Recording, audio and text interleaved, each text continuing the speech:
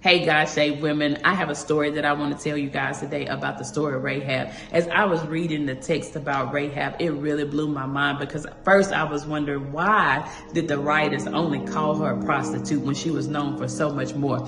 But I'm sure that you can relate to this, that we can go through life and do 99 good things, and then the one time we do something bad, that's exactly what people begin to call us.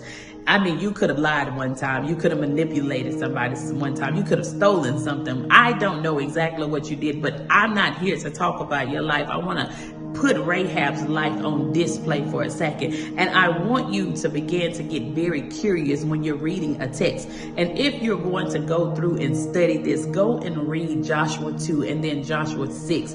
Now, my pastor, Pastor Mike Jr., he says that you always have to consider the front side and the back side of any particular story. So now when I'm reading text and scripture, I start to look at it in a different lens, because there is a day and there's also a night. There's also good and there is also bad. Now we know about the part of her being a prostitute, but what we don't know is what else she was besides that. It's very comical to me that sometimes people will try to box you in by the very mistake or by the very thing that they deem to be as bad. But can I tell you that Romans 8:28 says that all things are working together for the good of those who love the Lord and that are called according to his purpose? Can I tell you that before you were born, God knew you and he already called and ordained you? So I don't care exactly what you've been through, but I am going to take you on a little trip down memory lane in my particular life, because I want to put myself on display as Rahab is also on display.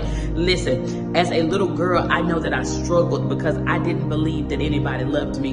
And when I became a teenager, I struggled again because I couldn't find friends that I thought that were going to be there for me, because people would call me different. People would call me an outcast. People would call me stuck up. All of these different things because they never took the time to actually figure out who I was. Can I tell you, at the age of 18, I struggled with depression. I struggled with anxiety. I struggled with me not knowing who my father was and feeling like there was something missing in my life. Can I tell you, at the age of 25, that I struggled going through a divorce. I struggled with being a single mom. I struggled with the fact that it was so much happening in my life that I couldn't see anything but the things that I've been through. Can I tell you that people would come up to me, and even as a minister of the gospel, they would look at me some type of way because they're trying to figure out, how can I be the woman that's over here giving the word and a single mom and a divorcee? But can I say that every single intricate detail that the Lord has taken me through was actually on purpose. Now, what I want you to take from today and be encouraged by, to whom much is given, much is required. What do you mean, Chastity? I mean simply this. If I didn't go through all of those painful and traumatic experiences, I wouldn't be the woman that I am today. And God also knows that he has to take us through a crushing, a breaking, a molding. He has to see if he can actually trust us with the pain that we're going through. So I don't know what pain you are experiencing today, but I want to pause and I want you to actually reflect. What is it that people keep calling me that I know that is not my identity? What label has someone put on me that I know that is not my identity?